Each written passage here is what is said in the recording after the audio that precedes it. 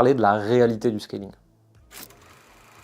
Moi, aujourd'hui, tout le monde dit « Non mais Jérémy, c'est le sweat noir et la casquette bleue. Avant ça, non mais Jérémy, c'est la veste à fleurs avec le chapeau melon. Avant ça, Jérémy, c'est le mec qui est en short, qui fait des marathons. Et avant ça, c'est l'alcoolique qui a plat ventre à 5 h du matin. » Donc en fait, si tu veux, tous les 5 ans, on m'a attribué un branding. On a dit « Jérémy, c'est ça et rien d'autre. » Un branding, ça évolue. T'en fous. Plus la boîte est incarnée, moins elle est cédable. En fait, l'enjeu, on va se placer maintenant de l'autre côté de la table, donc côté investisseur. Ton investisseur, qu'est-ce qu'il va regarder? Est-ce que l'acquisition dépend de l'image du fondateur? Oui, non. Est-ce que la conversion dépend de l'image du fondateur? Oui, non. Est-ce que le delivery dépend de l'image du fondateur? Oui, non. Est-ce que la rétention? Oui, non. Même si tu as une boîte en personal brand, si l'acquisition ne dépend pas de ta tête, la conversion pas de ta tête, le delivery pas de ta tête et que la rétention pas de ta tête, l'investisseur il achète. C'est juste, est-ce qu'il y a une dépendance au fondateur? Si oui, ça flingue la valeur de ta boîte, voire ça la rend invendable. Et on a des copains, et on pourra en parler, qui ont voulu faire le switch de passer de je suis une personne à je suis une marque qui a perdu 50% de chiffre d'affaires. Encore 50%, je suis gentil, c'est pas 70. Plus le coût de rebranding, qui est un vrai coût parce que agence parisienne et machin et trucs. Tu vois, l'entreprise, si je prends juste mon cas perso, tu vois, l'entreprise, ça t'apprend à faire plus de business, donc plus d'argent, plus de machin, de trucs. Et ça va boucler un peu avec la conversation qu'on avait sur la terrasse tout à l'heure. Mais par contre, la manière dont moi je communique à titre perso, c'est en fait, tu peux le faire,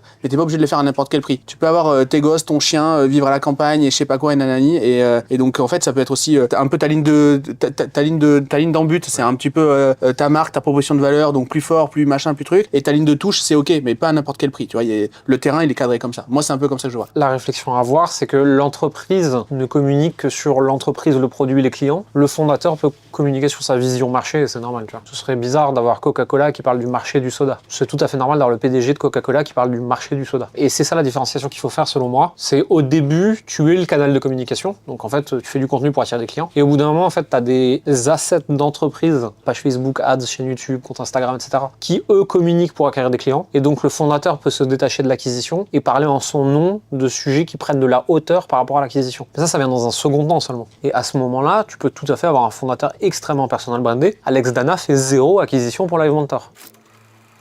Au début, c'était moi en faisant mes recherches. Aujourd'hui, c'est Baptiste qui va se poser des questions et qui va me dire « Tiens, telle tendance a l'air de bien marcher, tel contenu, j'aimerais bien qu'on fasse une vidéo sur ça, parce que la dernière, elle a apporté des leads, il serait bien qu'on adresse ce sujet-là, etc. » Mais avant, c'était moi, en fait, qui allait sur les chaînes de tous mes concurrents, qui regardait les top vidéos, qui allait sur les chaînes de tous les concurrents US, qui regardait les top vidéos, qui regardait ce qu'il y avait dans mon feed YouTube et qui regardait les top vidéos et qui me disait « Ok, quelle est la tendance du marché? Qu'est-ce que les gens ils veulent savoir? Qu'est-ce qu'ils cherchent en ce moment ?» Je me faisais une liste sur un Google Doc de 200 sujets à traiter et voilà, j'ai de quoi faire du contenu pour un an, tu vois.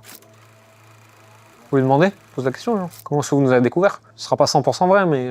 C'est une question que je pose très souvent en appel. Juste par curiosité, tu connais Jérémy depuis quand? Où tu l'as vu pour la première fois? Et en fait, c'est une question moi, qui me permet de savoir, déjà, s'il me dit je l'ai vu sur YouTube, et est-ce que je pose la question, est-ce que tu as pu le voir aussi sur Insta, en pub? Non, je l'ai vu sur YouTube, sur une des vidéos, ça m'est tombé, on m'a demandé de taper Jérémy, j'ai tapé. Donc je sais que cette personne-là ne nous a pas vu sur les réseaux, autrement dit, elle n'a pas consommé du contenu écrit, mais elle a consommé beaucoup de contenu visuel, vidéo. Et ça, c'est un indicateur pour moi. Parce que, est-ce qu'elle est fan du CEO ou est-ce qu'elle est fan de la méthode? Parce que si elle commence à lire les contenus de Jérémy sur LinkedIn ou sur Facebook sur son profil, complètement différent de YouTube. Il y a un truc qu'on